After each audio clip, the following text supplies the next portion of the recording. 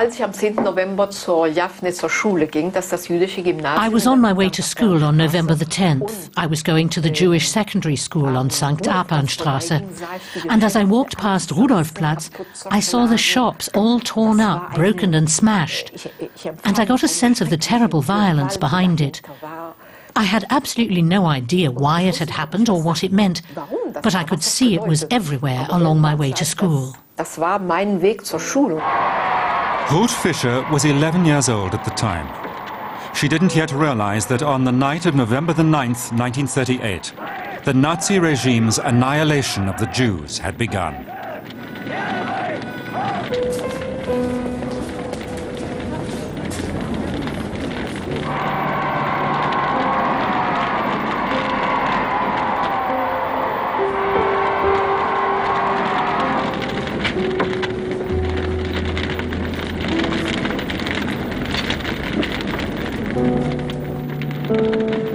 The attacks on Jewish businesses, homes and synagogues that night was a campaign planned and coordinated by the Nazi Party and its paramilitary stormtroopers, the SA.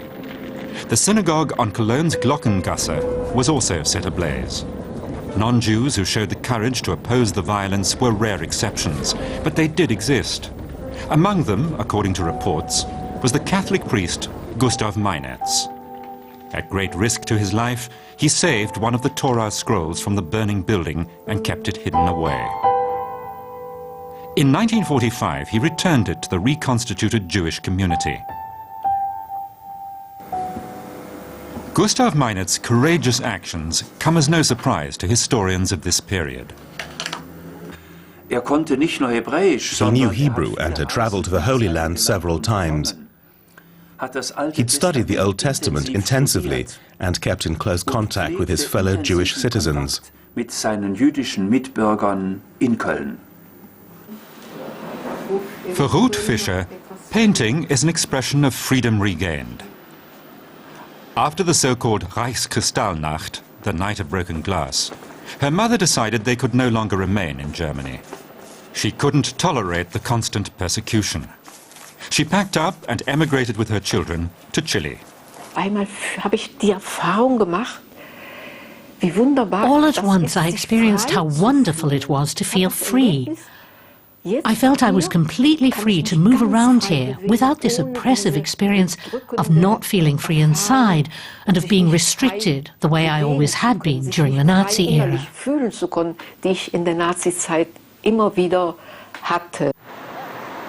The Torah scroll that was rescued from the flames decades ago is now kept in the synagogue on Cologne's Rundstrasse. To the community here, it carries great symbolic meaning. Not so much as a reminder of the brutality towards their Jewish fellow citizens, as of the courage of one individual. One who recognized the common heritage of Christianity and Judaism in the 5 books of Moses that make up the Torah.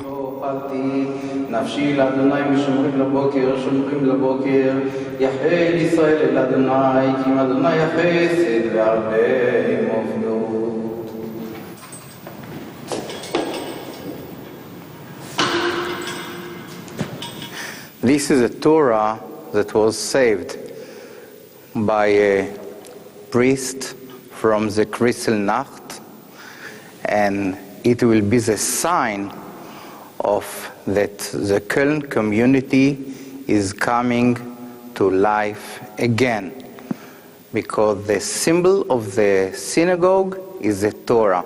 This is the heart of the Jewish life. When Pope Benedict XVI came to Cologne for the 20th World Youth Day in 2005, he paid a visit to the synagogue, the first by a pope to any synagogue in Germany. It was a red-letter day in the community's history. Pope Benedict gave Cologne's Jewish community a precious manuscript from the Vatican Library. In return, they presented him with the gift of a shofar, a Jewish musical instrument. Since the Pope's visit, Archbishop Joachim Cardinal Meissner has made a point of meeting with the community often for a more intensive dialogue. Among other things, the rabbi told me that a Torah scroll had been saved by a Catholic priest. However, it couldn't be used in worship because it had been damaged. You can only use a Torah scroll in synagogue prayer services if it's in perfect condition. So I asked if I might have it restored, and they said they'd be very grateful, since they don't have the funds to do it.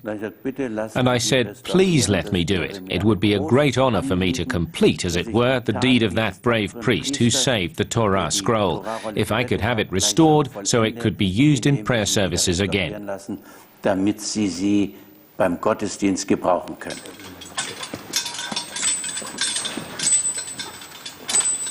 With the cardinal's support, the community started restoring the scroll.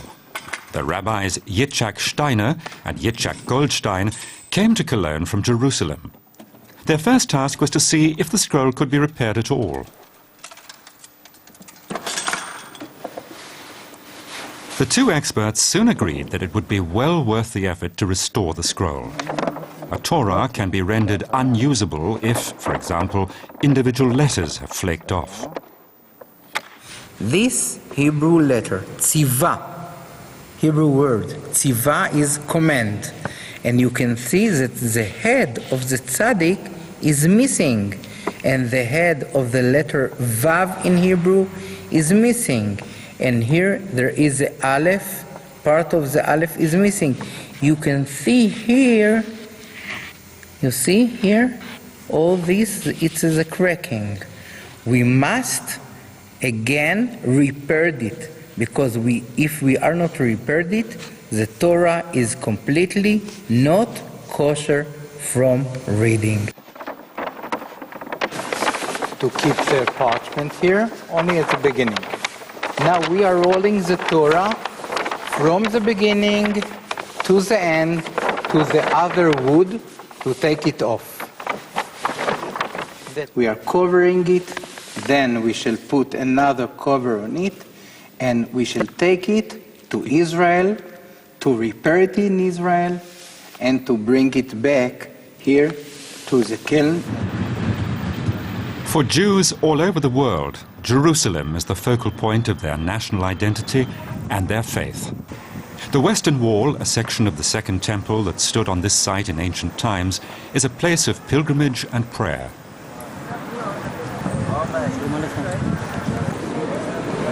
In the south of Jerusalem is the Machon Ot organization, a leading authority in the evaluation and restoration of Torah scrolls.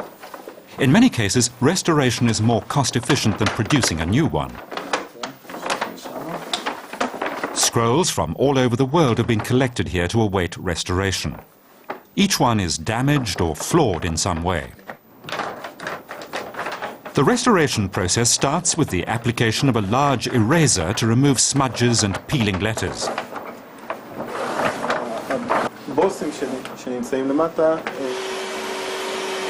Before moving on to the next step, the restorers vacuum the scroll and then switch on the ventilation fan. Next, a special spray is applied. As soon as it dries, the actual restoration work may begin. It can take several weeks. Jews give Torah scrolls and other ritual objects that are damaged beyond repair a dignified farewell, much as they would for a deceased person. In the Jewish faith, every Torah scroll contains the Word of God, and it may not be heedlessly disposed of or destroyed. Visitors to the Jewish cemetery in Cologne pay the same respects to the monument for interred ritual objects as they would for their own forebears. To lay a stone on the grave is a way of remembering and renewing bonds with the dead.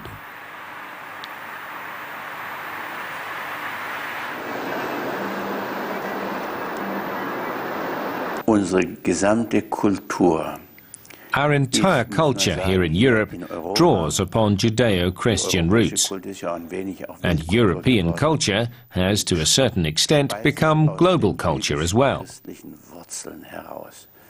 So it is important to keep up a dialogue with the Jews, so that the creative force of this deeply rooted culture does not get lost in the present day. dieser bewährten Kultur in der Gegenwart nicht verloren geht. Even before the first Christians arrived in the area, Jews had settled in Roman Colonia. The first Christian Roman emperor, Constantine, granted them special rights in 321 AD. We can be certain that Jews of the diaspora lived in Cologne as early as the 1st century, and by the early 4th century, this community was large, well-to-do, and fully integrated into the city's population. For centuries, the Jewish quarter surrounded Cologne's town hall. Where we are here is the antechamber of a ritual Jewish bath, a mikveh, one of the oldest in the world, and the oldest of all Jewish baths in Germany.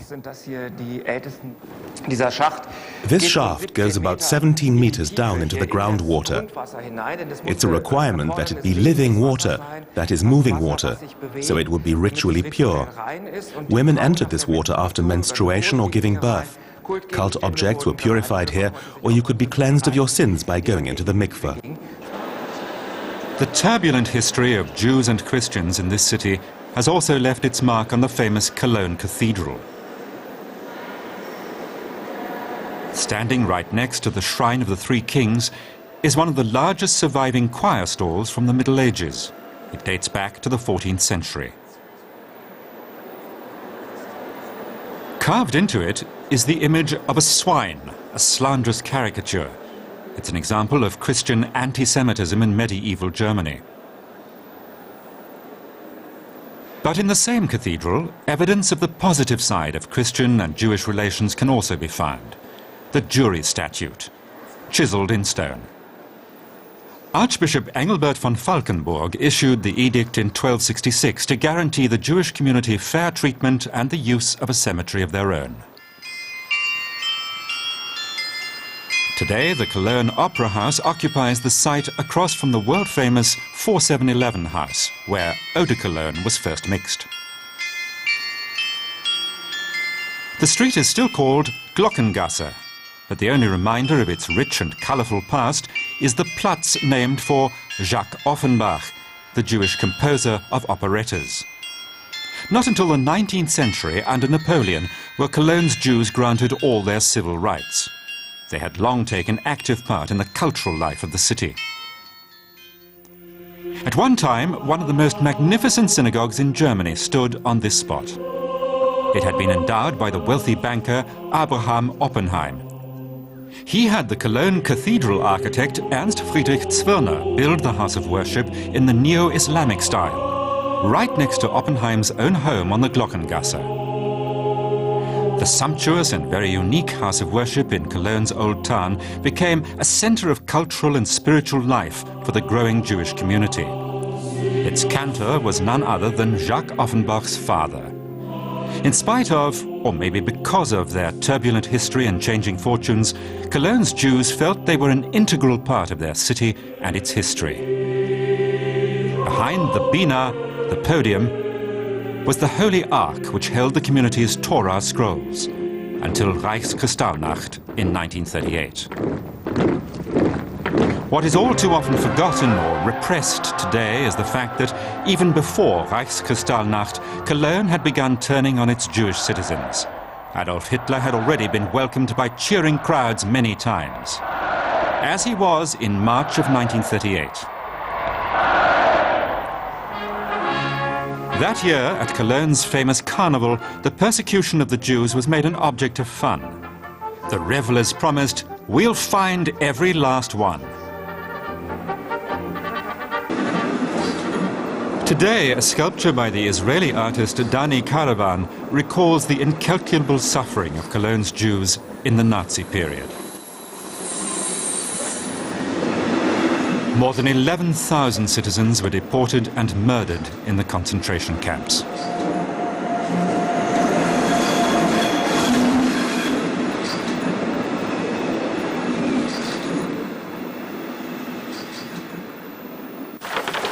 By the summer of 2007, the restoration work at the Machon Ot organization in Jerusalem was making good progress. The two rabbis involved talked a little about their work. Before I begin to repair, I am saying in Hebrew, אני מתקן ספר תורה זה Leshem Kedushat Sefer Torah. I'm preparing this holy Torah for the holiness of Torahs. Sometimes I feel that the connection between the letter and the parchment is loose, it's very loose. And I'm afraid that if I am writing on the top of the cracks, it will fall down with the cracks. If it fell down, you see, I shall write on it again. And if it's not fell down, it's a sign that the connection is very good. The differences is because the parchment, it's not like new one. It's have waves.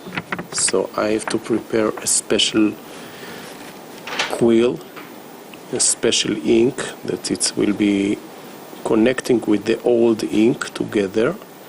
And I have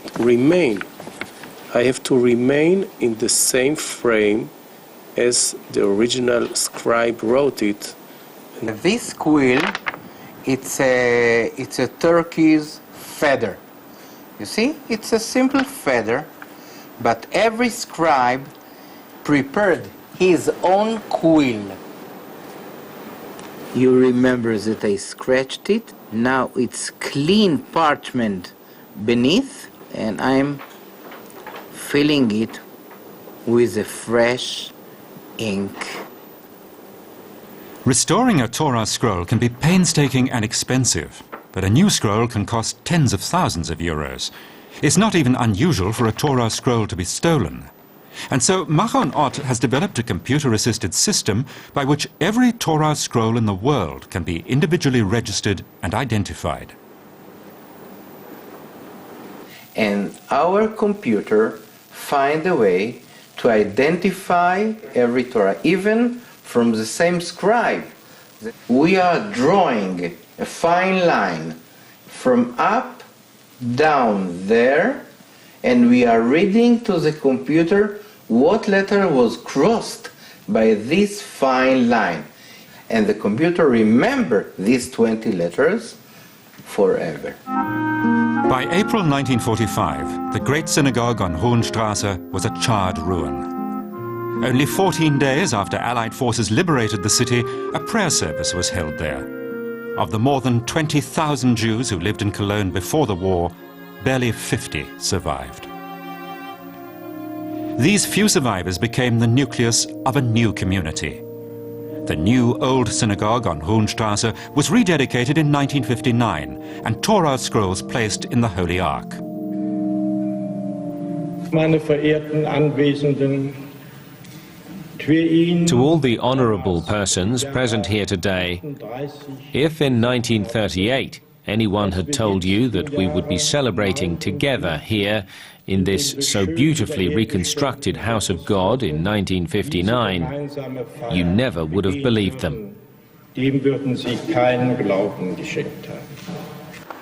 In the Nazi era, the deportation of Cologne's Jews was planned and coordinated at Gestapo headquarters in the LD House on Appellhofplatz. Now the city of Cologne has turned it into a Nazi documentation center. A few of the visitors to Cologne have a very special connection to the city. Some had to flee from the Nazis as children. Others only know their parents' hometown from stories.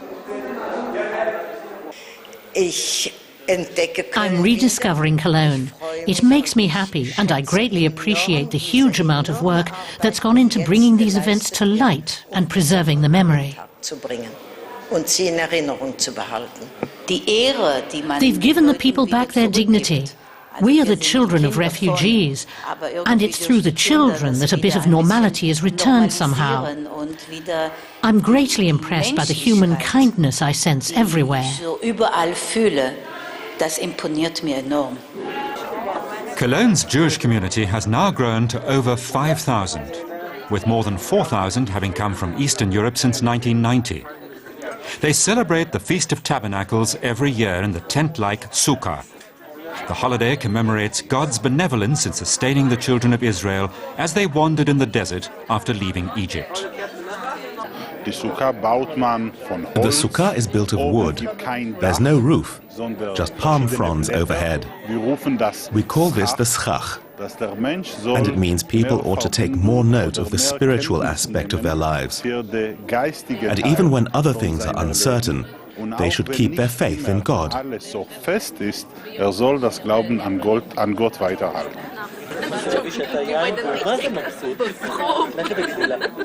In the post-war decades, the small number of Jews remaining in Germany lived with uncertainty. Uncertainty about their future, their identity, and where to make their home. Today's generation of young German Jews are seeking a return to normality. Returning to Europe from Chile, Ruth Fischer has decided she wants to stay in Germany. Basically, there were two elements that defined this city for me, the Rhine and the cathedral. I'd already seen the Rhine. And as soon as I came out of the railway station, I saw the cathedral. And then I smelled the potato cakes from this street grill that's not there anymore. And then I just told myself I didn't even need to look at Cologne to know whether I felt at home here or not. After the months of restoration work in Jerusalem, the Torah scroll too is returning to Cologne. But the very last step in restoring the scroll to its rightful place has yet to be taken. It's been 69 years since the burning of the synagogue. The situation of the Torah was very, very bad. It was influenced by the flame of the burning.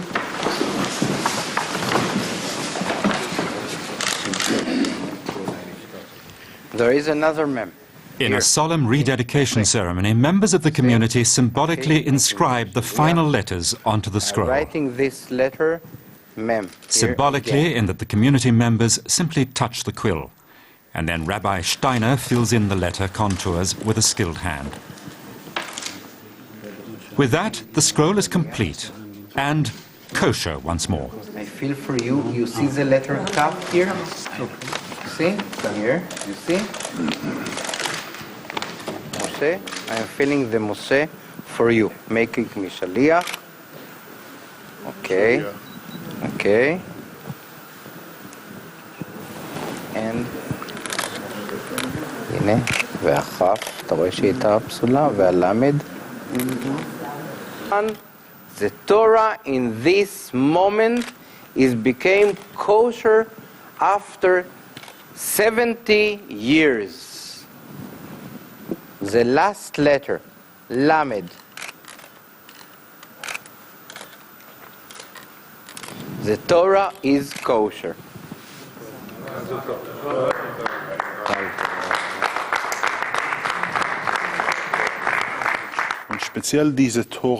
This Torah scroll was nearly destroyed in the fire of November the 9th, 1938.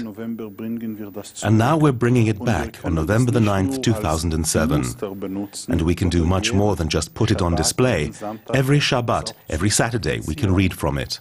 This is no museum piece, this is real life, which we here in Cologne can all take part in together. This is an important signal that we can send out to the whole world.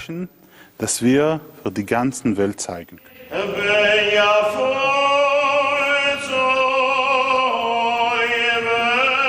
On the 9th of November, the day that's so important for all of Germany, the day the Shoah began 69 years ago, this restored Torah scroll is officially returning to Cologne.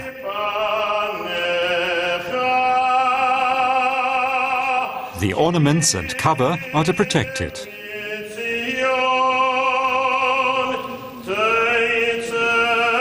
This may well be the first time a cardinal of the Catholic Church has assisted in dressing a Torah in the presence of German politicians and Jewish religious leaders. The highest Jewish dignitaries, Chief Rabbi Yonah Metzger and Shlomo Moshe Amar, have come here from Israel especially for this occasion. 69 years after the burning of the synagogues, we can prove today that the victory was not Hitler's. We are here. And with us is the universal ethical basis of Judaism, set down and preserved for future generations in this Torah scroll. Auf dieser Torahrolle. The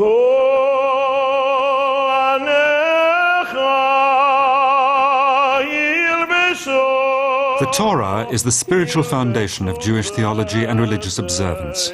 But for Cologne's Jewish community, this scroll has an additional meaning.